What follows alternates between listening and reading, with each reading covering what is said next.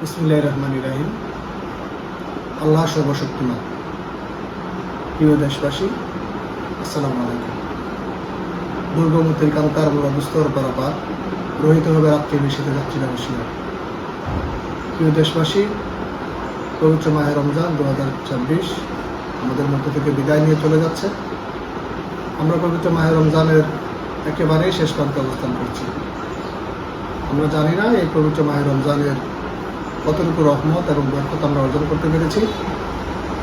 আমরা এই পবিত্র মাহে রমজানের উসিলায় মহান আল্লাহ রাব্বুল আলামিনের দরবারে প্রার্থনা করি তিনি যেন আমাদেরকে এই পবিত্র মাহে রমজানের উসিলায় ক্ষমা করে দেন এবং সেই সাথে বাঙালির রাখাল রাজা এ বাংলার শোষিত, নির্যাতিত, নিষ্পেষিত, অধিকার বঞ্চিত মানুষের আস্থা, ভরসা এবং নির্ভরতার শেষ ঠিকানা বাঙালি জাতির জনক জাতির পিতা বঙ্গবন্ধু শেখ মুজিবুর রহমানের ডাকে সাড়া দিয়ে 1952 সালে ভাষা আন্দোলন থেকে শুরু করে 1954 প্রাদেশিক নির্বাচন, 1958 সালে আইন বিরোধী আন্দোলন, 1962 সালে শিক্ষা আন্দোলন এবং 1966 সালে 6 দফা এবং 1969 গণ অভ্যুত্থান সহ 1970 সালের সাধারণ নির্বাচন এবং সর্বোপরি 1971 সালে মহান স্বাধীনতা সংগ্রামে এই দেশের সূর্য সন্তান যারা জাতির পিতা বঙ্গবন্ধু শেখ মুজিবুর রহমানটাকে সাড়া দিয়ে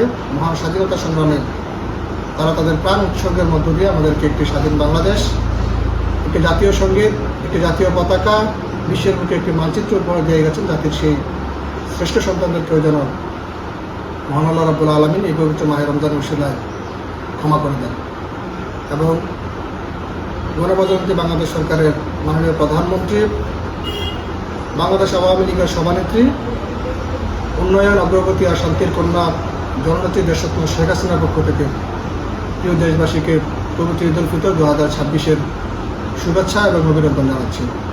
ঈদ মুবারক।